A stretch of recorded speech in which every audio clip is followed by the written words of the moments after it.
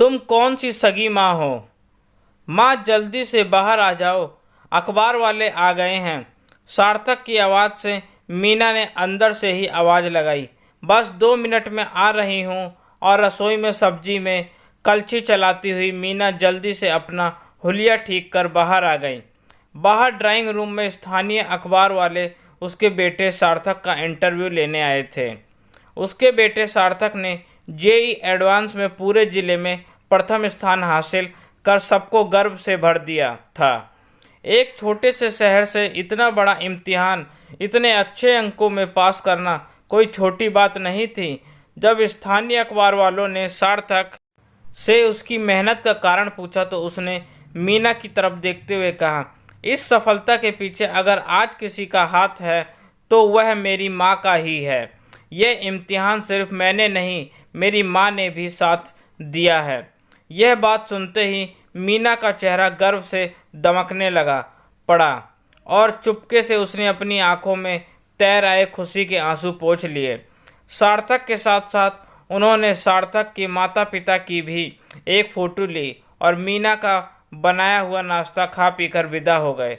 थोड़ी देर बाद सार्थक अपने दोस्तों से मिलने निकल गया और उसके पति विपिन अपनी दुकान के लिए।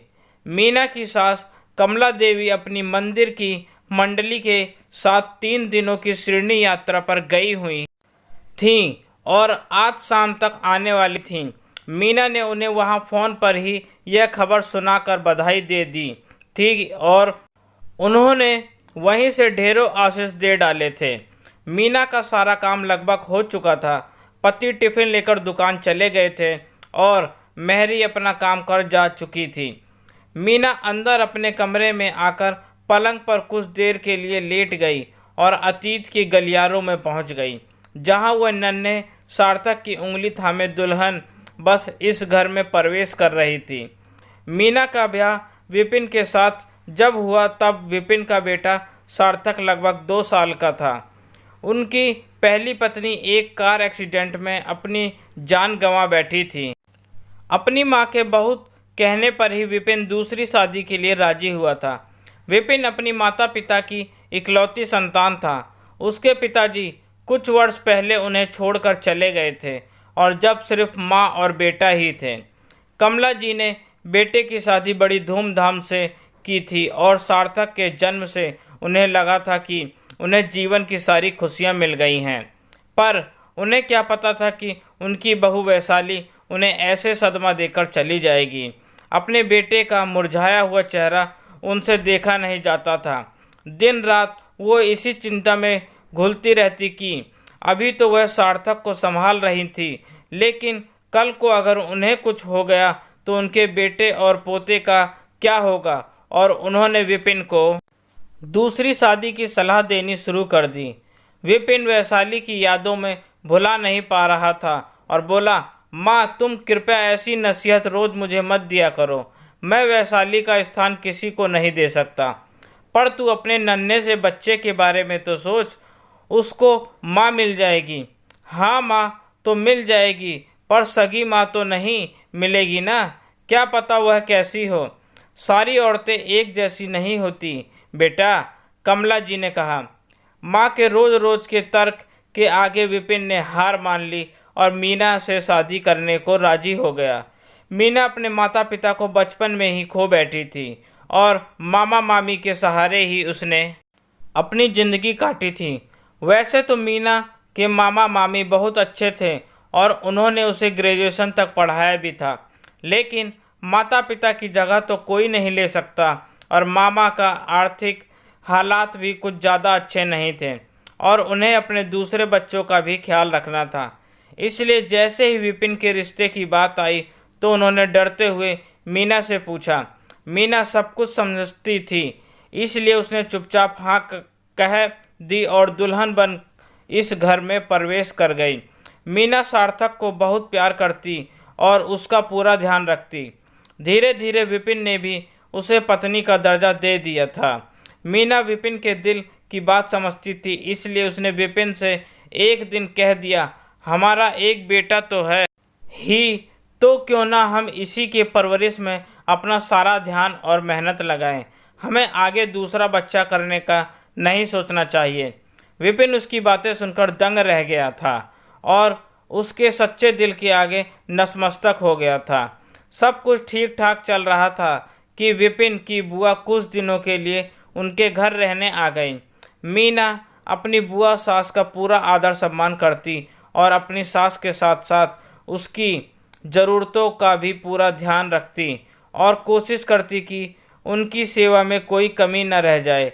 लेकिन जब भी सार्थक की बात आती तो उसकी बुआ सास आशा जी उसे ताना देने की से बाज नहीं आती कि तुम कौन सी सगी माँ हो। मीना अगर सार्थक को उसकी किसी नाजायज़ जिद के लिए मना करती तो आशा जी झट से बोल उठती, हाँ हाँ तुम कौन सी सगी माँ हो, बच्चे को इतना रुलाने का क्या फ़ायदा। तो क्या हुआ अगर उसने कोई चीज़ मांग ली, अगर उसकी अपनी माँ होती तो क्या बच्चे को इतना रुलाती। मीना उन्हें कैसे समझाती कि सार्थक की हर जायज़ नाजायज़ मांग को पूरा करने से उसके भविष्य के लिए ही अच्छा नहीं होगा। लेकिन वह आगे से कुछ कह नहीं पाती और मन ही मन रोती रहती।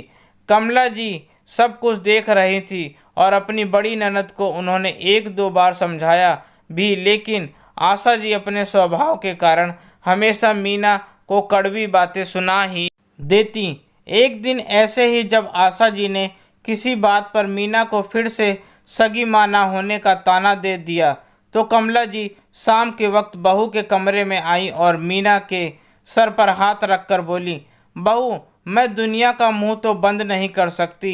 आज तो सिर्फ विपिन की बुआ ने तुमसे यह बात बोली है, पर आगे बहुत से ऐसे लोग होंगे जो तुम्हें यह बात बोलेंगे, पर तुम्हें उनकी परवाह नहीं करनी। मैं जानती हूँ और विपिन जानता है कि तुम सार्थक को सगी माँ की तरह ही प्यार करती हो। और मेरी एक नसीहत अपनी गांठ बांध लो कि तुम्हें इन लोगों की परवाह नहीं करनी और तुम्हें इन लोगों का मुंह अपनी परवरिश से ही बंद करना है। तुम्हारे इम्तिहान की घड़ी शुरू हो चुकी है और इस इम्तिहान की घड़ी का अंत अब तभी होगा जब सार्थक जीवन में कुछ कर पाएगा और तब तुम्हें किसी को जवाब देने की ज़रूरत नहीं होगी। मीना अपनी सास के गले लग उस दिन फूट फूट कर रो पड़ी, लेकिन उनकी नसीहत पर उसने अमल करना शुरू कर दिया और सच में आशा जी के अलावा बहुत से ऐसे लोग थे जो उसे सगी माँ ना होने का ताना देते। कभी सार्थक जब पढ़ाई करने की बजाय खेलने की जिद करता तो मीना उसे डपट कर पढ़ने बैठा देती। तब भी उसके दोस्तों की माँओं की आंखों में एक व्यंग्यात्मक मुस्कुराहट होती जो यह कह रही होती कि तुम कौन सी सगी माँ हो जो बच्चे को खेलने दोगी, तुम्हें तो बस अपनी जिद मनवानी है। लेकिन मीना ने किसी की परवाह नहीं की और सार्थक की परवरिश में जी जान एक कर दी। विपिन सब जानता था और इसलिए उसने भी मीना का भरपूर साथ दिया।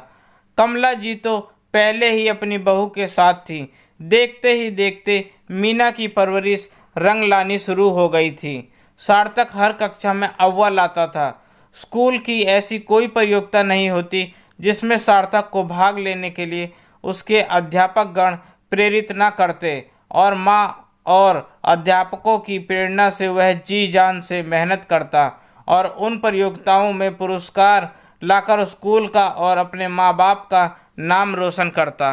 देखते ही देखते सार्थक 11वीं में आ गया था। मीना ने सार्थक को बोला, बेटा अब तुम्हारे इम्तिहान की घड़ी है। इन 2 सालों में तुम जितनी मेहनत कर पाओगे और जितनी जान लगा कर पढ़ाई कर सकते हो उतनी कर लो और तुम्हें जो विषय पसंद हो वही लेना। माँ मैं साइंस विषय लेना चाहता हूँ और आईआईटी में एडमिशन लेना चाहता हूँ, पर वहाँ एडमिशन लेना बहुत मुश्किल होता है। तो क्या हुआ, मुश्किल है ना, नामुमकिन तो नहीं। कोई बात नहीं, मैं जो हूँ तुम्हारे साथ, हम दिन रात एक कर देंगे और तुम बस अपनी पढ़ाई पर ध्यान दो। सार्थक जुट गया था अपना सपना पूरा करने को और इस सपने में मीना ने उसका भरपूर साथ दिया। वह उसकी नींद ही सोती और उसकी नींद ही जगाती थी। कमला जी सब देख रही थी और मन ही मन दुआ कर रही थी कि जो उनके पोते और बहू ने सपना देखा है वह पूरा हो जाए, और आज वह दिन आ गया था। सार्थक ने न केवल वह पेपर क्लियर किया था बल्कि अपने पूरे ज़िले में प्रथम आ गया था, और उसका रिजल्ट आते ही बधाइयों का तांता लग गया था। पिछले 2 दिनों से फ़ोन बजना बंद नहीं हुआ था और घर में भी लोगों का आना लगा हुआ था, और उन बधाई देने वालों में से वे लोग भी थे जो कभी मीना को सगी माँ ना होने का ताना दिया करते थे। आज जब वे बधाई देने आ रहे थे तो मीना ने उनकी आंखों की भाषा पढ़ ली थी, जो यह कह रही थी कि सच में तुम ही सार्थक की सगी माँ हो। आज मीना अपनी सास को मन ही मन धन्यवाद दे रही थी, जिन्होंने उसे ऐसी नसीहत दी थी। उन्होंने नसीहत दी थी कि उसे लोगों की परवाह ना कर अपने गृहस्थी पर ध्यान देना चाहिए और अपने बच्चे की परवरिश अपने मन मुताबिक करनी चाहिए। अगर कमला जी उसे नसीहत ना देती तो शायद वह मन ही मन कुटती रहती, और एक ना एक दिन शायद वह भी मान लेती कि वह सार्थक की सगी माँ नहीं है, और सार्थक और उसका रिश्ता आज वैसा ना होता जैसा कि आज है। शाम को जब कमला जी आई तो मीना दौड़कर उनके गले लग गई और फूट फूट कर रोने लग पड़ी और बोली, आप सच कहती थी माँ जी, आज मैं जीत गई। आज मैंने लोगों को बता दिया कि मैं ही सार्थक की सगी माँ हूँ। कमला जी बहू का मम्र समझती थी और उन्होंने कुछ देर उसे अपने गले लगाए रखा और उसकी सारी भावनाओं को व्यक्त करने का मौका दिया। कुछ देर बाद जब मीना का मन हल्का हुआ तो दोनों सास बहू एक दूसरे को देख मुस्कुरा उठी और मीना ने झट से कमला जी का मुंह मीठा कराया। आज एक सास की नसीहत से एक बहू ने अपनी गृहस्थी के साथ साथ अपने बेटे के साथ अपने रिश्ते को भी बचा लिया था। दोस्तों, उम्मीद करता हूँ आपको मेरी यह कहानी पसंद आएगी। कहानी पसंद आने पर कृपया लाइक और कमेंट भी करें। आप मुझे सब्सक्राइब भी करें। आपका अपना दोस्त। धन्यवाद।